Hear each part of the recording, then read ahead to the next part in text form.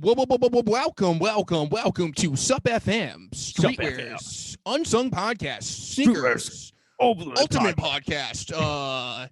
There's There's a million different ways you can slice this onion, baby. The sexy unique podcast. that's somebody's podcast. Don't the stand-up paddleboarding podcast. The stand-up paddleboarding podcast, also called SupFM. Anyway, welcome to SupFM. I am one of your hosts, Chris Cheney. Across from me, I have virtually Luke Trovese. What's up, buddy? What's up, buddy? God is good all the time. God is good. We're going to get into that in a second. In the background, we have Matt Meany, our producer. Lawrence is not here this week. He had a little thing where there was a little blip where he had to take care of that, but he's okay. Everything's good. And this is what we call a French episode. It's a French guy episode. For those who don't know, the French guy's coming back out. We don't have Lawrence here to sort of keep us on track or regulate us. Basically, this is just going to be a crazy one because we also have a very unique guest, a sexy, unique guest. No, stop. Come on. Give her a proper intro. I'm not going to. We do have a guest who came on today. Her name's Faryl Robbins. Yes. Tell her about us. Yeah. So in an effort, we rebranded the podcast. We got away from the Supreme branding. We're not going to have just comedians on as guests anymore. I want to have like real professionals that you guys can actually look to for actual information instead of us just being dumb and saying stupid shit about what's going on. Why won't they put the blue on the sneaker that I want? I can't hit on sneakers at all. Listen, that was me last week. I know, not this week. No, so she runs her own footwear company. She's a super boss, and she gave us a lot of insight into some things that maybe you guys haven't considered before or haven't thought about necessarily. We're talking about pricing. We're talking about gender. We're talking about Gen Z. We're talking about a bunch of stuff.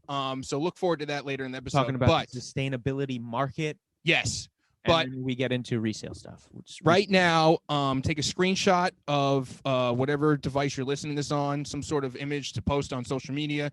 Tag us, a Sup Podcast NYC. Follow me, Luke, Lawrence, Meany, at Not That Cheney, at Trovese, at LZD325, at 3Meany. Join our Discord. Our Discord is the hub for this podcast and all the things that encompass it. When do we release this podcast for people? When do they officially Mondays, right? Yeah.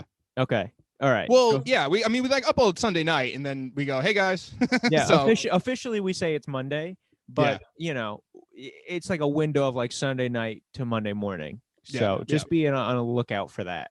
Yeah. But here we are. All right, Luke, I am befuddled with the amount of money that you've been hiding from us. I've had a fucking week, baby. Was it 4 hits you got? You got 4 W's? I got 5 W's this week. 5. That's so many W's. That's 1 W a day for the whole week. So I got the football grays, the dunk highs. I got those in a 6.5 women, so I can't wear them, which sucks. You can wear them. All right. I got the football grays. I got 2 pairs of the Jordan 4s, the top haze ones. Wait, just give one of those to me for retail. I can't. One of them was a 10. I gave that one to my friend already. And the other one's 11. I can't sell you that one. Okay. I would have. But the reason I got the 4s was because I had no care for them at first. And my friend was like, I want a pair for me. So I put in the extra butter raffle, signed up. I won them. He was allowed to just pick them up. It was great. Everybody felt good. Then Sneakers app had that ready-made blazer. Missed on those. And I was like, I'm checking out with something today. And I got the 4s. So I have 2 pairs of 4s. I also got the ash blue 350s that came out, which, our guest Faryl has some opinions on, which is fine. Yep. Which is fine. I got those, which is number 4. And then I also got a deal on Chicago SBs. What was the deal? It was, so the box was damaged and the guy had worn them and like one time. And I was like, all right, knock $100 off the price. So I only paid like $450 for them.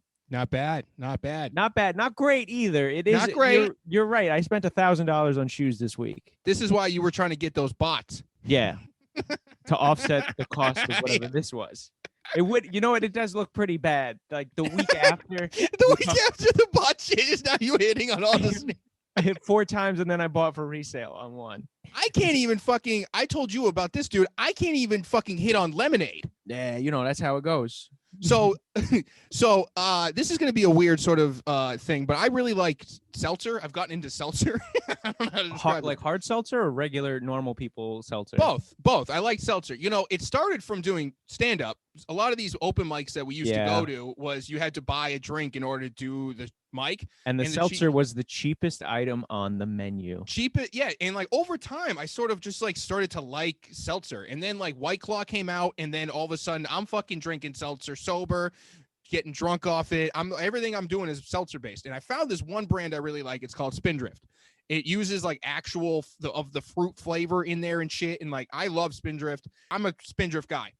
So they email me because I signed up for the newsletter. That's how much of a guy I am. I'm like, yo, I'll get emails from these guys. Yes.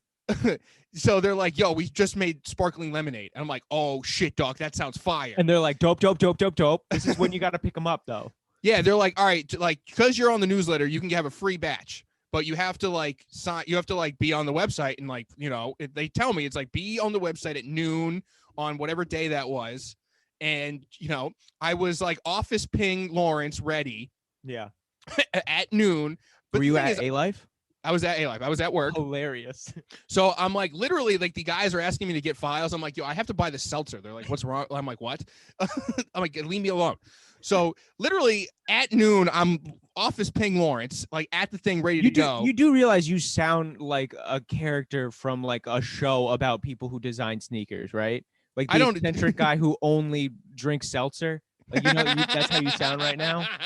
You sound like a character in an anime where that character is powered by seltzer. Yeah, I am the Frankie of this podcast. Yeah, Frankie. Everybody knows that. Everyone knows what I'm talking about. Everybody in the Discord Frankie knows. Yeah, the Discord does know. The Discord for sure knows. Lawrence would be here going like, why anime again? Why? Anime again. And he will also be like, Luke, why are you smoking weed on the podcast? I can do whatever I want. Yeah, Lawrence, shut up, bitch. I hope he's doing all right. So like I'm office ping Lawrence, ready to do this. And then, you know, they're like, yo, we need this for a meeting. I'm like, okay, whatever. So I go and I get the file. I send them the Dropbox links or whatever. And then I immediately go back to my computer where it's noon. It's 12:07 now. It's like 12:07 or something. Oh yeah, you're done. I get an email from Spindrift saying you fucking missed. I can't hit on fucking seltzer. Yeah. I like that you read all of your emails in like classic Bostonian accents. You're like, you fucked up, kid. What happened? What happened? We told you to come here at 12. You fucked up. Yeah, no, it's fine. So you get 5 pairs of sneakers. I can't even get seltzer. Yeah. Yeah. You know, just some of us are born to win and the others aren't. He says, holding the Supreme mic. That's it. You know, some of us are blessed and others aren't, you know, maybe next time God will grace you. I don't know. I don't know, man, but that is just so fucking. That's great. No, it's not. It's great. Listen, it's a wonderful story you got out of it, and isn't that more valuable than 5 pairs of sneakers? No, literally not. We have sales sheets and a website that tracks all this stuff. No, literally, it's not worth it. Yeah. Okay. That's fair. You're not lying here. What else you got going on, bud? What else do I have going on? This week is Supreme Dunk Drop. I know we're not really going to go into news, but to our listeners out there, good luck this week. Yeah, I think that's it. I just was upset about the fucking Spindrift. Listen, all right. Here's a little advice from the French guy. Everybody who knows I'm a French guy. I grew up in Jersey. That's how I have this accent, but I'm from the Bordeaux region of France. My favorite brand is Aime Leon d'Or. It's my favorite brand. Yep. Unless you're French, then it's pronounced Emilion d'Or. Anyway, you guys, good luck this week. Sometimes you win some, sometimes you lose some. It's the French guy signing out. Okay, I think that was weird. I don't know where that came from. This is why we need Lawrence. No. I'm just saying, like, that was just like a weird thing. I don't know where the French guy came from. But anyway. Oh, got you. You know, he just came in here, left, and, we're on video. Okay. All right. Listen, ladies and gentlemen, please enjoy this episode with Faryl Robbins. Once again, you can follow us on Instagram, SupPodcastNYC. You can follow me at Trovese, Chris at Not That Cheney, Lawrence at LZD325, and Matt Meany at 3Meany. Also, listen to Lawrence's new podcast, I Hate This Job. Yes. He's got a couple episodes out. now. Definitely give him a listen. And, you know, any comic that's on this show, guests, anywhere, just also follow them too. This is about supporting each other. You know what I mean? It's a follow is free. And you can follow Faryl Robbins at Faryl Robbins. Yep. Robbins, I think. It's going to be a link in the bio. So we wanted to break the ice a little bit. And my thought was, like, we had this discussion last week about two different pairs of sneakers. There's like the Nike Flyees, which is like that technology with the that you're able to like hands-free put on your shoes. And then we have like so cool, by the way. Right. And then the 450s, which, you know, came out of the Yeezy camp, and it's like this kind of experimental sneaker. And we wanted to give you, like, you know, not really compare the two, but like we did like a would you rather, like, you know, Flyees or 450s. So Flyees. Yes. And it's an easy one for me. And that is because I'm all about inclusivity. And I actually, the world is about inclusivity right now. And the fact that Nike is actually honing in on the values of Gen Z and their consumer is kind of kick ass. And Gen Z is, we've had this conversation before, like, these guys are cool. Like, they're pretty awesome. And they actually have priorities and social opinions on what is important and what is not. And when you start thinking about what's happening in the world in and of itself as it relates to product, we're having really cool conversations about sustainability, and we're having conversations about fluidity as it relates to gender, and we're also having conversations about the adaptive market. And so regardless of physical limitations, we are focusing on a consumer group that has been overlooked and or marginalized. So I am taking this Gen X thoughtful, I mean, it's really what my company is all about. It's all about inclusion, and regardless of, you know, age, size, gender, color, financial means, and physical limitations. So the fact that Nike has proactively addressed a consumer group that has difficulty bending over and tying a shoelace and getting their foot in is huge, and it's cool. And the fact that somebody in a wheelchair could actually put on this shoe and feel as cool as their peer, which historically was not an option, generates a tremendous amount of loyalty for me, just as an appreciator of the incentives or the motivations or the world that Nike is trying to create, which is, you know, with Nike Zero and sustainability and space hippie, and all of these initiatives really speak to the bulk of their consumers. Which is, you touched on basically everything we want to talk about. Everybody, this is our guest. Welcome to Sub Podcast part, whatever part we squeeze this in. So that was a great intro to basically everything we're about to talk about with you. Just so, like I said, so I don't fumble, can you tell us who you are and what you do and who you represent? Sure. My name is Faryl Morse, and I own a shoe company called Faryl Robin, and we are all about the empowerment of women and sort of creating a world, or we envision a world where people, regardless of age, physical limitations, size, gender, association, color, are empowered. And really what we empower them with is footwear. That's really, so what we do is envision a world that's greater than who we are, using the word empowerment.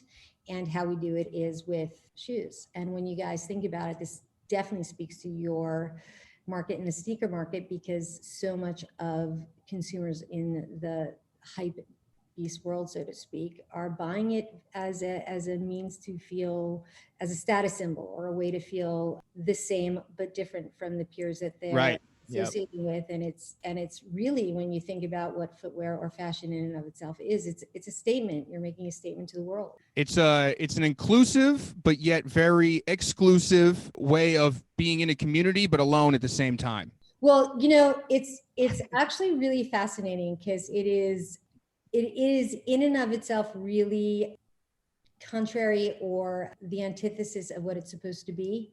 So you think about this Gen Z consumer and how important things like inclusivity and fluidity are to them, and using terms like inclusivity in and of itself, but really a true hypebeast is somewhat exclusive. And that is actually what has made these items what they are today, the inability to consume them. They're not made for a lot of people. They were focused in terms of drops and creating a greater demand than there was a supply, and the implications of that. So it's really counterintuitive in a way. Yeah. Yes, and we're I use aware. this example before. Yeah, we're very aware.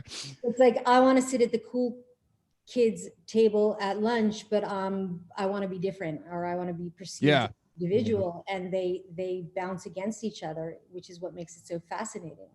Which is actually the complete opposite market that you actually work in, correct? Yeah, well, my company is all about inclusivity, and that doesn't mean there aren't brands that we work with, because we design and produce footwear for brands, as well as large retailers, including some of the mass retailers that we spoke about in the private label division. 90%, I guess 95% of what we do is in the private label world. And that is really on sort of the least common denominator in terms of mass appreciation and accessibility. So it is the exact opposite. So because I always tried to advocate that there's more sneakers than a Nike check in 3 stripes. And you're a perfect example of this other whole entire world that people like us don't necessarily understand exists. Yep. So we care about shoes that we can't get and idolize people who can get them and Right. wear them, right? So it's sort of like this counterculture of like see, do, but also I want to be individual. But kind of just what we just said. But what would you categorize your footwear as in the space? So what we really do is, and it depends. Well, let's talk different markets, different organizations that I work with, because again, when we work with a brand versus a mass market is very different. Yep. I think what we do, which is very different from what most other trade companies, which is what I'm referred to as, does, is that we are hyper focused on the consumer. So who consumes the goods at a Target and why? Who is consuming product online in distribution channels like Amazon? Who is going into a brick and mortar store and buying this particular branded item? Who is going into a branded retailer that we work with, everybody from Aldo to Anthropologie, Free People, Zappos, Amazon, private label, Target private label. So we really have a very diverse customer base, if you talk in terms of retailers. And I always say our customer is the consumer. And we hyper focus on really understanding the value of that consumer. And the reality is, a woman who shops at Walmart or Target actually is motivated or has different values than a consumer who's buying from brick and mortar and wants a brand. The brand is what speaks to them versus price point or design, and there's a difference between a Target and a Walmart. And then you start bringing direct to consumer into this conversation, and it's a market that becomes somewhat segmented in terms of who's using what for why and how they're consuming on these sites or these outlets or brick and mortar or distribution channels, and really understanding what is important to them. What do they value? Some people value price, some people value design, some people value accessibility in terms of the inclusive market and being able to put your foot into a shoe that you otherwise wouldn't be able to. If you have physical limitations, we work with retailers that focus on the plus size market and understanding what those consumers live, breathe, and die for. Because at the end of the day, you want somebody to walk into your store or walk into or buy an item and just sort of feel like the prettiest girl at the prom and empowered and cool and kick ass because of it. Yeah. And so just to sort of add on top of this, I was trying to explain the guys before we hit record here, is that you had a very interesting point when you and I spoke separately about the transgender community in footwear too. So to sort of expound on that, because you were mentioning, like, you're talking about the consumer, caring about the consumer, the women's market is about to expand due to the overall arching, like, more acceptance that we have as a community, a world, right, for the transgenders. And you are saying that, correct me if I'm wrong, that market is going to expand just because of the amount of footwear options they're going to want. Well, I think the only way that business is going to expand, because let's face it, like we're in the middle of a pandemic. We've had 2 economic depressions in the last decade or so. People are being much more thoughtful about how they consume and what they consume. And the reality is, I think focusing on market pieces that have been ignored or consumer groups that have been marginalized is tremendous white space opportunity for anybody. So when I was actually asked to launch a line, and I did it in conjunction with Zappos, which happens to be a company that is very like-minded to Faryl Robin. Like, we are about empowerment and inclusivity and non-judgment, and this gender neutral marketplace spoke really profoundly to me, because when you start doing research, the trans community has the highest rate of suicide. They have been, marginalized throughout history, and my need to empower them was really powerful. And Zappos saying, we love the idea of offering product to a consumer that has not had this opportunity, and we also believe empowerment. So it was a really nice collaboration. But the reality is, there's not a retailer in the world, or there shouldn't be, as far as I'm concerned, that doesn't look at the next generation of consumers and think gender fluidity. Because frankly, you ask somebody in the Gen Z community, what pronoun they want to associate themselves with, and most are like, I could give a shit about a pronoun.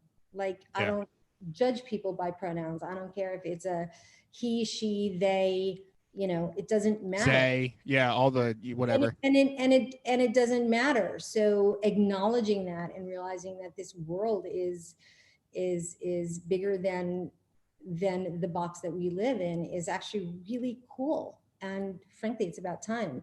So there is all of this gender neutral product that's starting to hit the marketplace with intention, authentic or not, really, because it's a financial opportunity or True. Not. Yeah. The reality is, it's going to make the world a better place. So I have a tendency not to judge the motivation behind it as critically as a Gen Z consumer would, who's all about authenticity. Yeah, that's true. The authenticity story always, I mean, especially for us too, you know what I mean? Like, we've been going back and forth on like the customs versus the bootlegs versus like what is like authentic art versus what is, it comes down to intent. Totally. Actually, speaking of bootlegs, we had this conversation about bootlegs last time when we spoke initially, and I was talking about how there's an appreciation for a bootleg when it's about the goof. Right. So the consumer who's buying a fake, or like it's not supposed to look, it's not supposed to be a knockoff. And the closer it is to a knockoff, the more resentment there is to it. But there's misspellings. And like I was saying, I bought a pair of knockoff Supreme slides in Asia the last time I was there for my kid. And the letters were backwards. It wasn't, they mirrored each other. And he was like, oh man, like, it's not even good. But I think he appreciated the goof of it. Like, he actually got off on the goof of it. Whereas if I brought him home a pair of Yeezys, which I actually shouldn't acknowledge, but I did. And he was like, house, because I can't tell the difference. And that offends him. Like, right. Yeah. It's like that uncanny valley of sneakers. Well, yes. And they're all over Asia. I mean, they're like in every area that you go in Asia, whether it's in Hong Kong or mainland China, or like you can find a back street that literally has like a knockoff road. Right. And you can get, a version of a Yeezy or an Off-White or a Supreme, or like, they are very tapped into that marketplace. And it really is the only way to do that and do it with cred is to do it for the goof. So the more real it looks, the more offensive it is. Yeah, it's very interesting. Yeah. I was reading this really cool story about Heron Preston. Mm-hmm. Yep. So he was actually in Asia in a side street and saw a knockoff of his product that was spelled incorrectly. And in order to own the narrative, because let's face it, replicas are a big business, but brands, in sort of trying to engage and gain control over how and when things are being knocked off, he actually went in and created a concept called Authorized Fakes, where he bought a shitload of his product where his name was actually spelled incorrectly, brought it back, and actually created Authorized Fakes where he signed off on it and then distributed it as the knockoff of his product. So, and how cool is that? Like, that is probably the cool. I never heard this story. So you're telling me that he resold. Yes. He's a reseller of his own fake product. He is a reseller of his own fake product that was actually misspelled. Like it's not even like a good, like it was a fake with his name misspelled. And I've actually gone to mainland China and found T-shirts with like it's my name with the spider ski jacket logo. Like it's just, Yes. it's so random. Lucas You Hype. He's made like, it. And I'm like, made I'm it, not even a Faryl. big brand. Like I'm this tiny little, like what we do is so minimal in terms of our own brand that I actually have the shirts because they just make me so happy. Just losing it. Yeah, that would be pretty cool. Right. But he went and saw these knockoffs and they're spelled incorrectly. So they're clearly a knockoff and bought a bunch, brought them back and resold them, sort of with permission, but at the lower pricing. Like he didn't increase the price to be like a real item.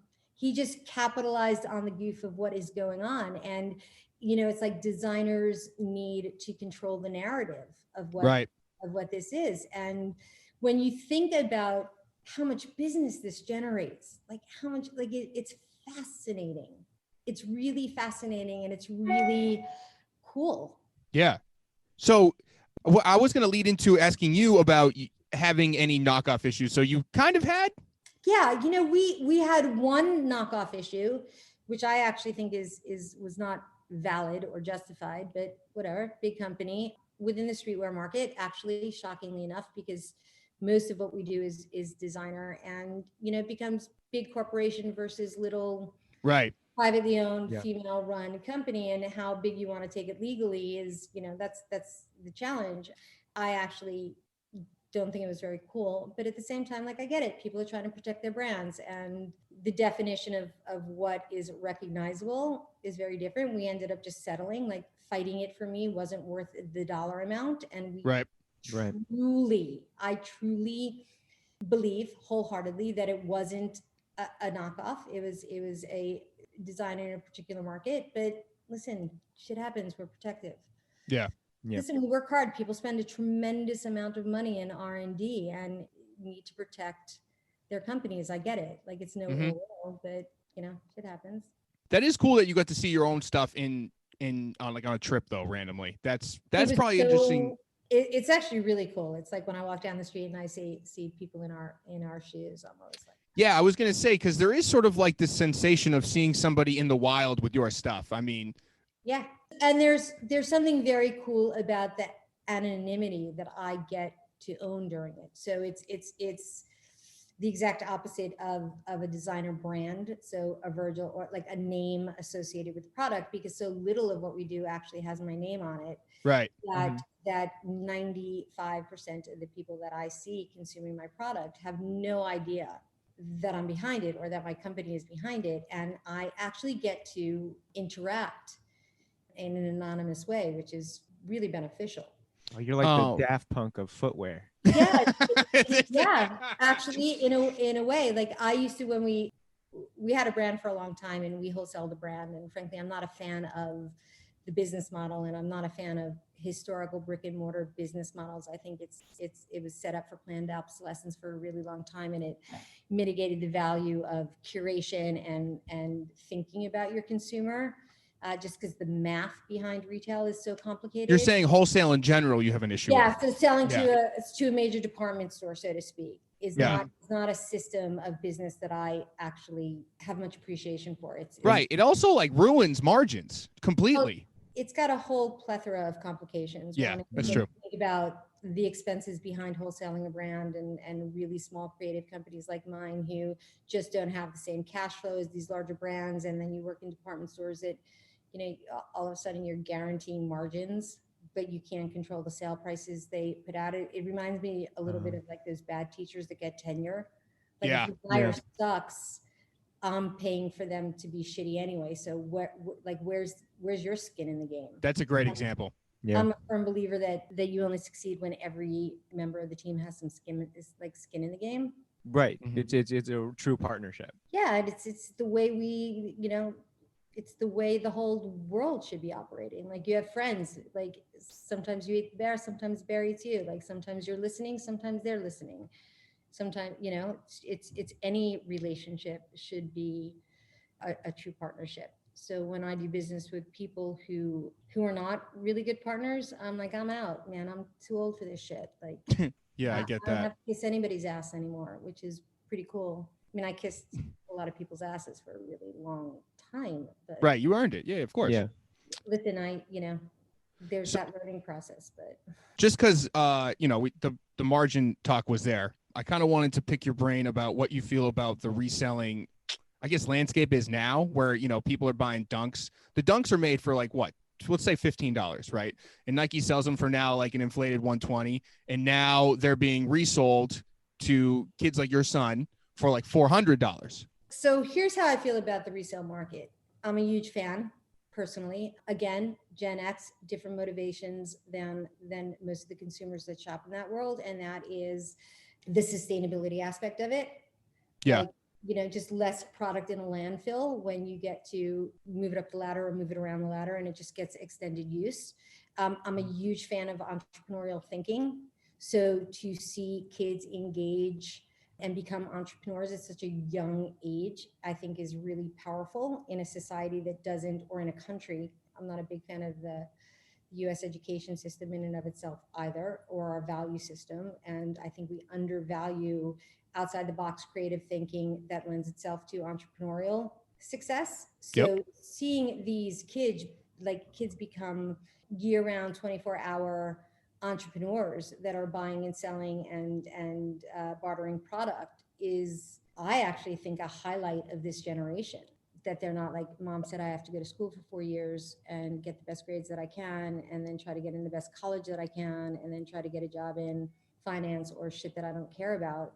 That I just don't believe that's a successful model for any human life. So to see them being creative is cool. In terms of pricing of shoes, it's so easy for customers to stand back and say, including myself, like, I don't get the value. Like, how much does this shoe really cost? Like, and then all of a sudden it goes to, like compliance, broken labor in third world countries where, and it costs X amount of dollars without really understanding business math. Like, that's easy. One is Nike and any other major brand and or retailer in this world is so strict and rigid when it comes to compliance. Because one breakage, like one kid who wants to say hi to mom in a factory could literally shut down the entire factory because of the implications of the American consumer. And it's costly to ensure compliance. Then you have, materials, components, etc. But think about how much companies like a Nike invest in R&D. So much money. So much money. And, they've got to pay for it. So that's going into the price of your shoes. And frankly, they deserve it. Hold on. For the listeners that don't know what R&D is, that's research and development. Yep. Right. Research and development. Okay. Just making sure. So R&D is research and development, and the companies that actually have the highest cost as it relates to research and development is within the athletic industry. The rest of us, much less so. We are way behind the athletic industry in terms of technology, in terms of material development and research, and in terms of, think about the AI that is available to your sneaker companies now, and we can have that whole conversation. Right. Later. There's auto lacing shoes now. Like you want to be like, these companies need to be innovative. The consumer is demanding that they be innovative, and the result of that is you're going to have to pay for some of this innovation.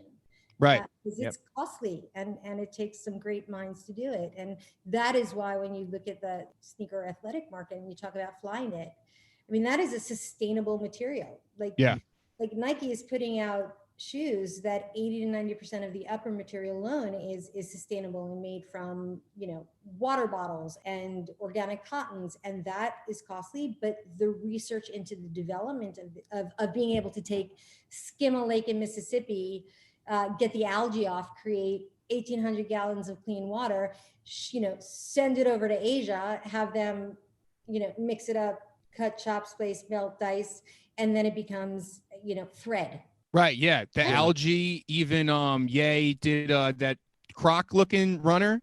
That's also supposed to be like part of algae too, Yeah, we use algae in our footwear as well, and it's costly and it's great. I think again, we're doing something greater than ourselves. Some companies take hit in margins, some companies don't. Some are like, my customer's willing to pay more, some are not. It's different consumer bases.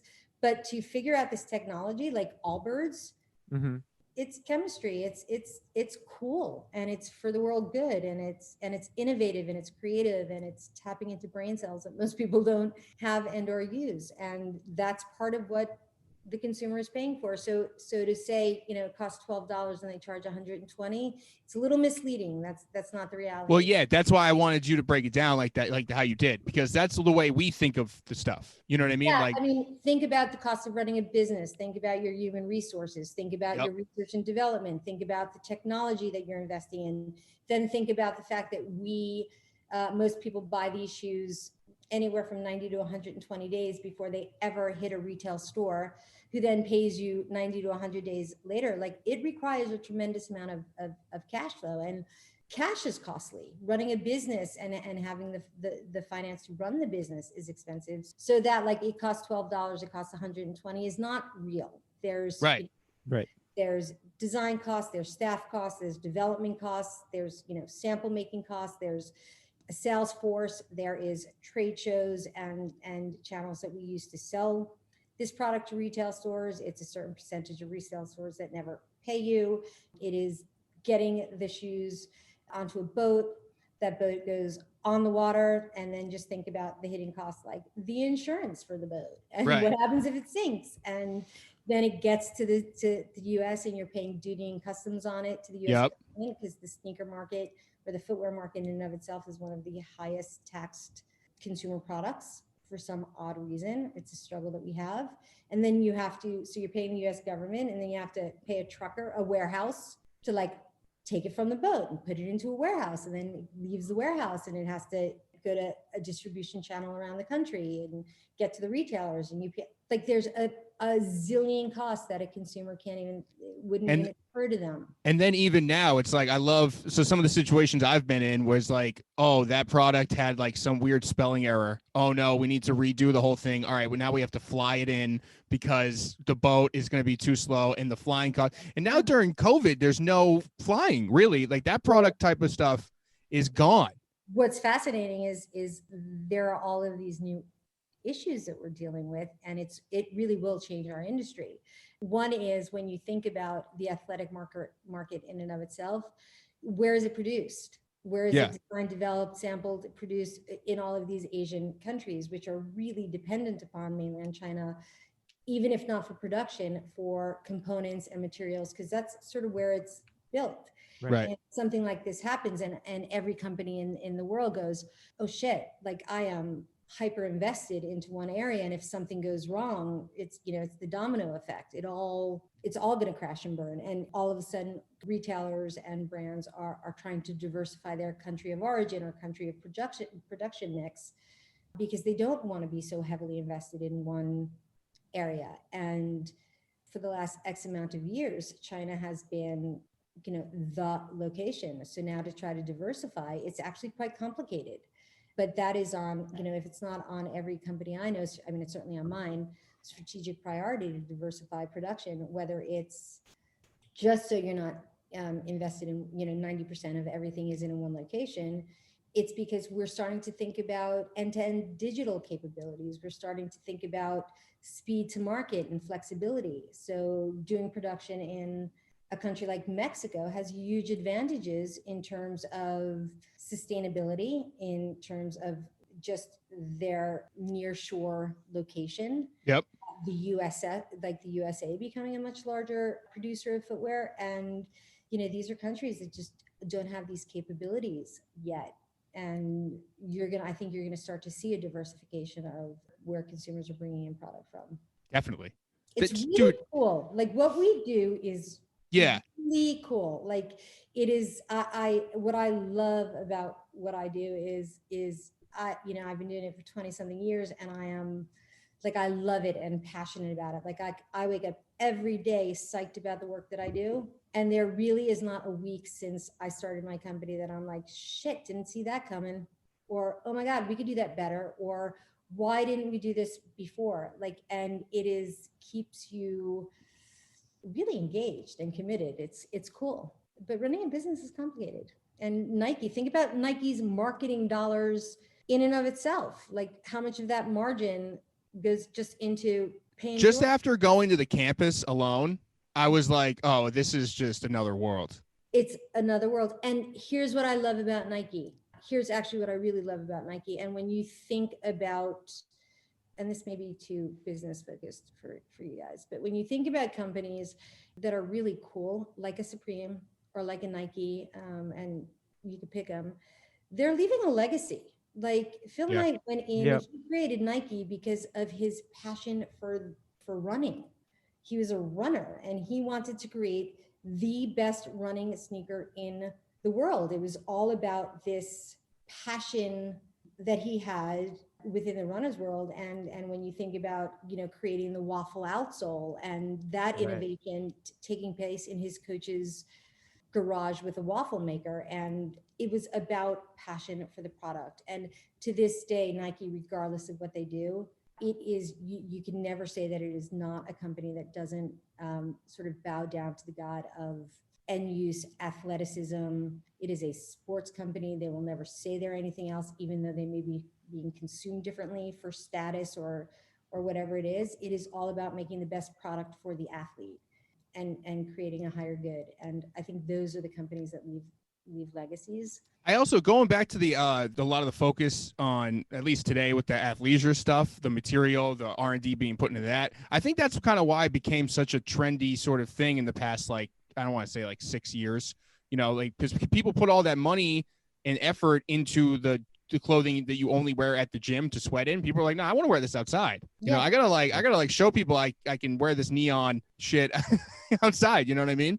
Well, I think there are a couple of contributing factors to that. One is, I think for a really long time, the market, which is made up mainly of men or company, the CEO, the C-suites of most of these companies, certainly in the footwear industry, there are very, very few, if any, footwear companies that are owned by women. I don't know another one of my size or what I do that is owned by a woman.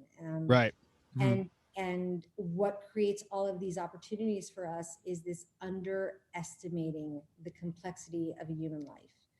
Like, we are many people. Think about it in the course of the day. All right, so I wear my athleisure to go to the gym, and then I change my clothes to go to the office, and then I want to go out on a date and I want to look different. Like, if we're using our clothes to communicate who we are, then there's so much opportunity in different places. But at the end of the day, we are running out of time. We are running out of, sort of free time, and we don't give a shit. Like, I'm like, shit, man, like, I have to bend down and lace up my shoes. What a pain in the ass. Like, if I could have a side zip, or the fly ease, right? Yeah, I'm 7 minutes late to I have yet to make a virtual call without being, they laugh at me in my company, 6 to 9 minutes late. Like, I can share from 8 in the morning to 7 o'clock at night. The Faryl grace period. And I honestly, like, I use my AirPods and I hit mute, and that's how I go to the bathroom, because I'm listening, but I don't have that luxury. So with the casualization of the world and with the growth of the sneaker and athletic market, and it became a trend, and now we're like, God, these feel so much better than pumps. And with the casualization of the work environment, and now with what COVID has done, like, I get to do whatever I want with whatever I want. And if I work my ass off in a gym and I look hot as fuck, excuse me, I curse a lot, go for it. You're allowed. Curse away. Let them fly. Right, I'm like, who are you to tell me that I can't, like, strip my shit in a neon pair of tights out in the real world? Hell yeah. Yeah. Like, and yeah, Chris, why are you telling me not to wear my neon pants? Yeah, man, like, oh, you don't get this shit? Like, yeah. His ass looks flat, Faryl. He refuses to believe that he has a flat ass in tights. No, I don't. They look supple. Listen, baby, you do you. Yeah. You do you. Actually, you know what? This might be a good time, because you've been crushing. Everything you've said has been amazing. Let's give you a break, and let's play this game we have about the resale market that we've been doing with our guests. Yes. So basically what we do is we bring up a couple of images of shoes. We want, like, initial thoughts on them, what you think of them, and then we want you to guess the resale price. You are allowed to ask for the retail if you'd like. It's not really going to help. All right, I'm gonna ask you random questions, but Yeah, please. I was like, Please. I actually called my kid before, and I was like, dude, can you just be home for this part of this? Because I'm gonna like crash and burn publicly, but whatever. I'm No, sure the viewers are gonna love you regardless. It doesn't matter. You win nothing from this. I will let you know. just our respect. I was just gonna say, it's like I lost nothing falling on my face in the street the other day, but it just felt personal. So the first one, you mentioned kind of the move to like a more unisex kind of sizing for shoes. The first shoe that I brought up here is going to be the Nike Dunk Low, the Coasts. These are originally branded for women, but they're Carolina, right? yes, they're supposed to be UCLA, I believe, because of the yellow hits. Right. But even then, these are supposed to be women's shoes, and of course, men were going crazy for them too. And I think that also kind of brings up that kind of similar thing where the sneaker market itself is when you were talking about that, my first instincts were like, what do you mean they're not unisex? It's already like unisex, but that's because I'm thinking in the world of sneakers where everything is a little bit more, The hype has outdone the women part of the sneaker. You know what I mean? Like we don't care because the hype is usually guys would be like, I'm not wearing women's shit. Well, here's the reality in the sneaker market. Women are buying boy shoes. Yeah. Right. If they can't get their size in men's, and men are like really, how much different are they? Like, let's be realistic. Right. Yeah.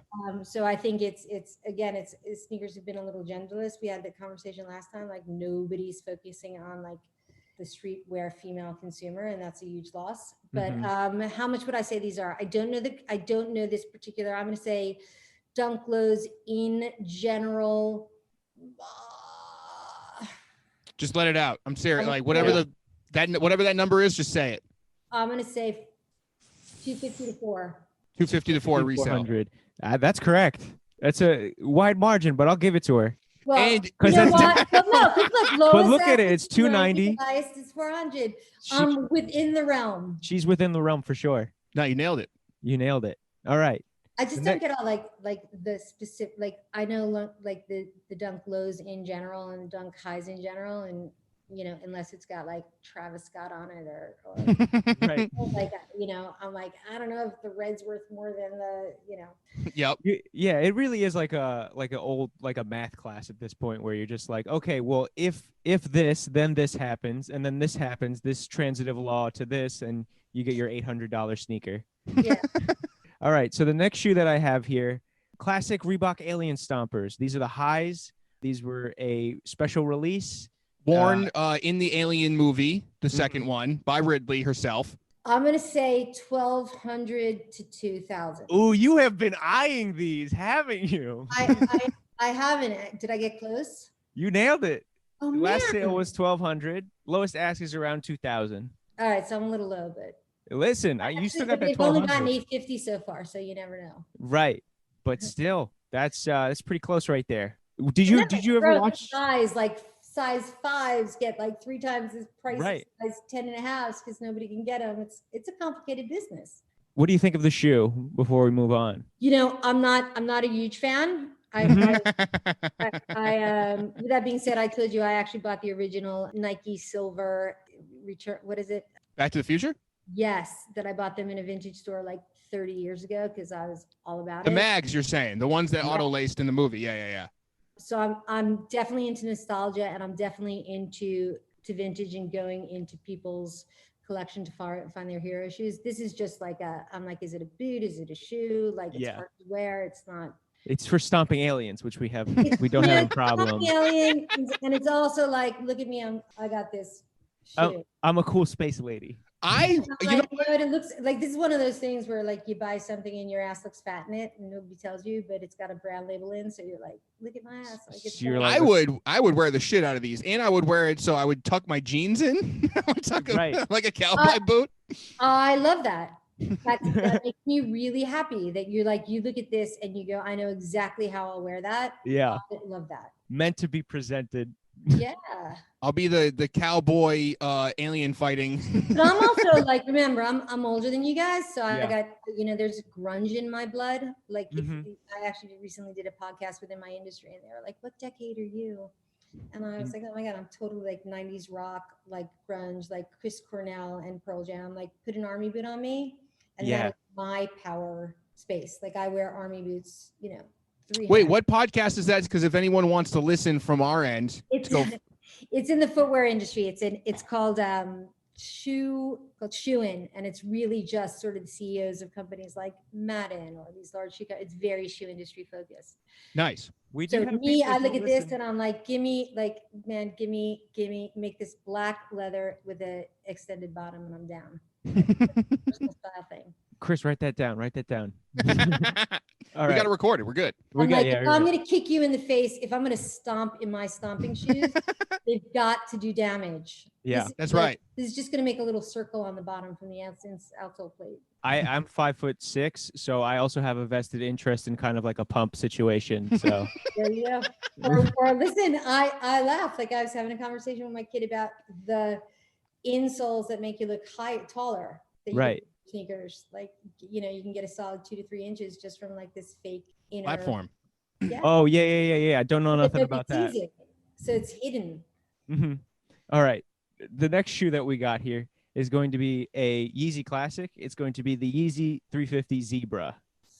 So I too. think we have a lower resale than we think, and I'm going to say 250 to 200, 250 to 400. Again, Ooh, 250 to 400. I even think that's a little high. Okay. Yeah, I'm going to say 200. 200. Okay. The Zebras. Oh, ooh, you were on a good streak. Yeah. All right. I'm not a Yeezy fan, man. Ooh. Really? Yeah. I know. Sorry. I know that's really no. You know what? Because I'm not necessarily like a Yeezy guy either. It's just funny to like hear what people like and don't like. Because I would have pinned you as like appreciating the Yeezys, but maybe not like all the way with them.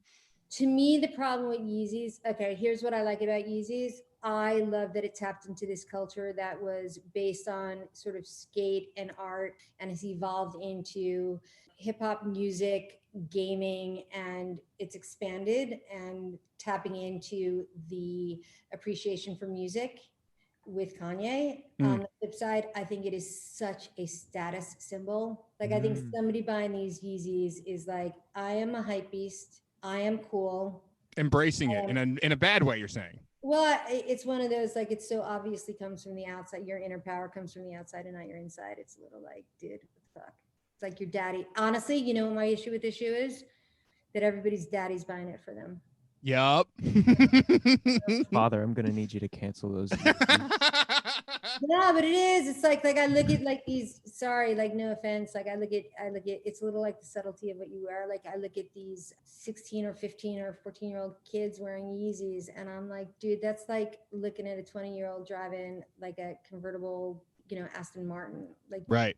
You didn't pay for it, and so why you're feeling empowered by it, I don't get. Whereas when you look at the Dunks and the colors, like unless you're a sneaker head or have a passion for it, you don't really know if it's just $110 shoe that somebody bought at Nike or if there is this resale cool value to it. And you're speaking to a specific audience. Whereas I think a Yeezy speaks to, it has a different motivation. Yeah, I feel that. Is that, sorry, it just feels a little inauthentic to me. No, we talk about, going back to the bootleg conversation. By my morals. I have to stand by what I've said consistently. I like that Yeezy said, everybody that wants a pair of Yeezys can get a pair of Yeezys. I support that. Listen, I'm down with it. I am not telling any, and maybe it's because the first knockoff shoe I ever bought in China was a Yeezy and my kid almost killed me with it. But well, going back to the bootleg conversation, it is about intent. So if you feel like the intent isn't there, then I'm with you on that. I'll support you when you say that. It is. It's about, is it about the passion for the sneaker? And that I hold tremendous admiration and appreciation for. Like if you're in it because you have a passion for the subtlety and you're speaking within a consumer group, it's a difference between a Rolex, I'm going to say these names and you're going to laugh at me, and like an Audemars. It's really similar to the watch market. Like there are watches out there that scream, look at me, I have money. Right. And there are watches out there that could basically look like a Swatch unless you are within the watch fandom. And I tend to, as a consumer, have more of an appreciation for, it looks like a Swatch unless you know better. Right. No, I'm with you on that. I Yeah, like that's kind of like in the comedy world, that would be the comics comic, like the comedian that makes the comedians laugh. It's like that kind of like I know who you are. Nobody else knows who you are, but I do.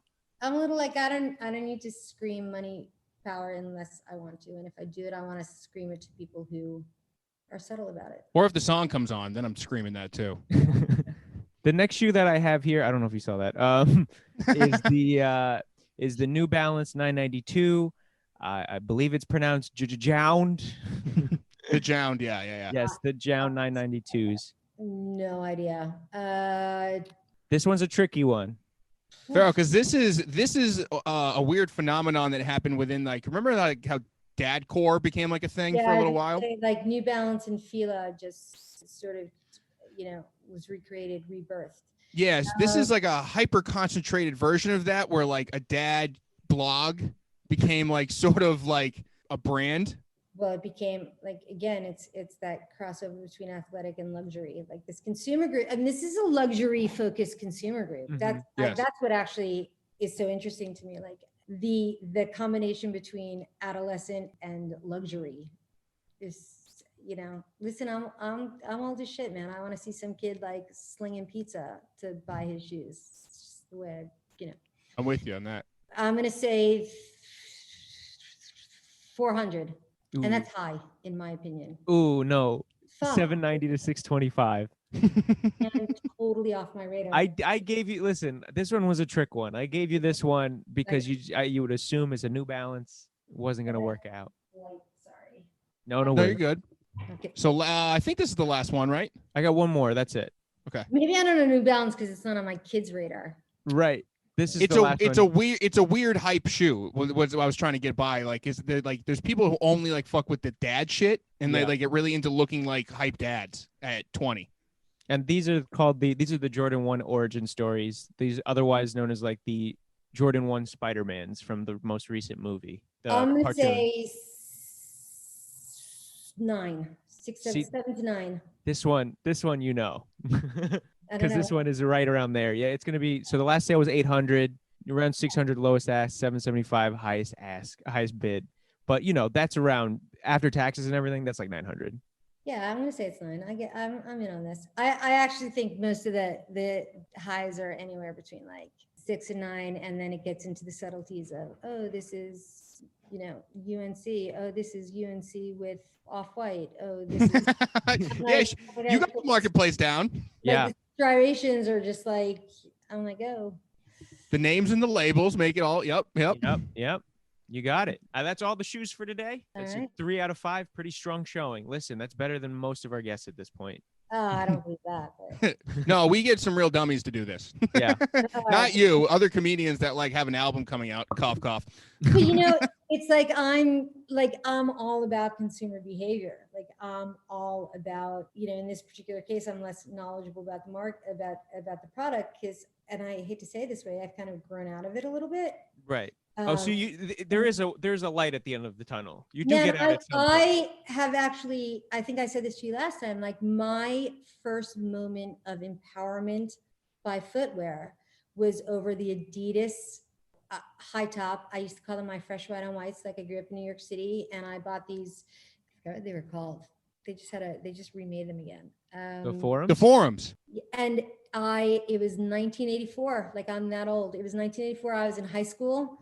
And I went out and bought a pair, and it was one of the biggest arguments I ever had with my father. He was like, "Are you out of your mind? Like, $110 on sneakers?" And I was like, now I fit in. They're awesome, and I was so proud kicking around my fresh white on whites. Like I thought I was like city cool. So I really relate to sneakers and shit making you feel powerful and cool. Hell yeah. Yeah. But I'm also into consumer behavior. Like I just find it fascinating. If I didn't make shoes, I'd probably just study the human mind because it's cool. It is a fun case study to like watch how like we're told what hype is. I guess that's like the consumerism you're talking about, especially when you get to see like a shoe on StockX go up $400 because Travis Scott was taking a photo in them. Mm-hmm. Right. Or he's got his name on them. Like, yeah. Right. And I got to say, I get it. Like when you think about who the influencers are in today's world, they're pretty diverse. And then you think about who the aspirational people and world is to this consumer group. And it is Travis Scott. And it is, and it's so different from the implications of Virgil engaging with the Nike customer versus Travis versus Kanye. Like, it's just like they're different, but the same. It's cool. Mm-hmm. It's really cool. Like, think It is about really what cool. models, like, think about what Gigi Hadid and then has done for the streetwear market just by being casual when she walks out of a photo shoot and sort of sporting streetwear. And all of a sudden women are like, I want to be, or young girls are like, I want to be her. Whereas historically it was like Missy Elliott and, Big facts. Well, Faryl, I got to tell you, you have been an amazing guest. Yes. You had full doubts, but I'm telling you, you just crushed it. You crushed it. You crushed it. You made me feel real silly about some of the things that I complain about in sneaker world. Thank you.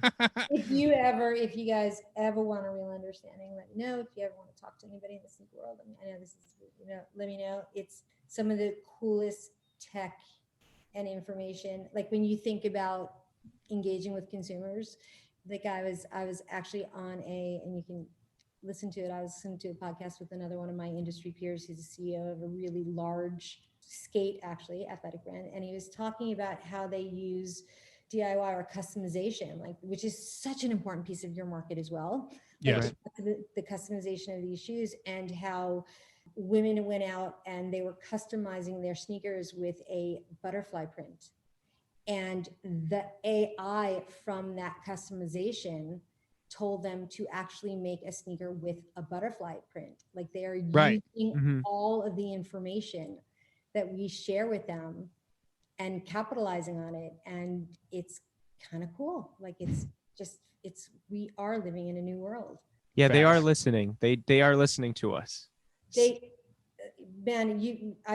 said this to you last time, like, I'm waiting for the day my kids look me in the face and are like, you know what? I appreciate you think you're smarter than me and you want to tell me what to do. But, again, 2 depressions, our forests are burning down.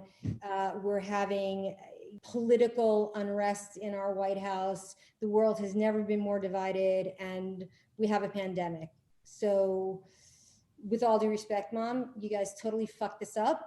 Everything you did is wrong, and I'm not going to listen to a word you say, and I'm just going to create my own reality. And honestly, Gen Z should. Yeah. We screwed it all up. Like, no offense, but we screwed up the world. I should get you to talk to my mom. She doesn't believe me when I tell her this shit. Yeah. Yeah, I'm waiting for my kids to say it to me. I just don't like it when they do. Yeah. So they're like, don't tell me. I'm like, listen, punk, I know shit. You definitely do. And you said all that stuff today. If you could, what would you like to say as the final outro here? Like, you follow on Instagram, like, where can people find you, or where do you want to direct people to go to your stuff? So my Instagram is Faryl Robin, Faryl. I just spelled my name right? Farylrobin. And really, what we talk about most using Instagram is really the product that we're doing with our label in inclusive sizes, all the way up to a women's size 16, which is equivalent to a men's size 14. And then you'll see some random shots of what we do for other companies, and we're really about empowerment. You'll see some stories about what it's like to be a female entrepreneur, or every once in a while I'll give a timeline, like 32 when I started my company, 41 when I should have shut it down because I lost all my money. Yep. When I made my first 1 million pairs of shoes, and 52 when we broke double-digit millions. Like, so it's just inspiration into entrepreneurial thinking and stuff like that. But it's one ride for the most part. And, LinkedIn, if anybody has any, I know this is a younger consumer group, but if anybody has any questions about the industry or wants a connection or wants support or help, I'm down with it. If anybody needs mentorship or support, or just has questions like, hey, I'm having this podcast and talk to me about a pricing structure, like, reach out. I am all about sharing what I've learned. And Thank you. Thank you for even considering me. You just lifted my cred by maybe half a point with my kids. Yeah. That's what's up. Thank you so much. I told you, I knew you were going to be great. Yeah. That's awesome. I appreciate it. Dope. Thank you so much.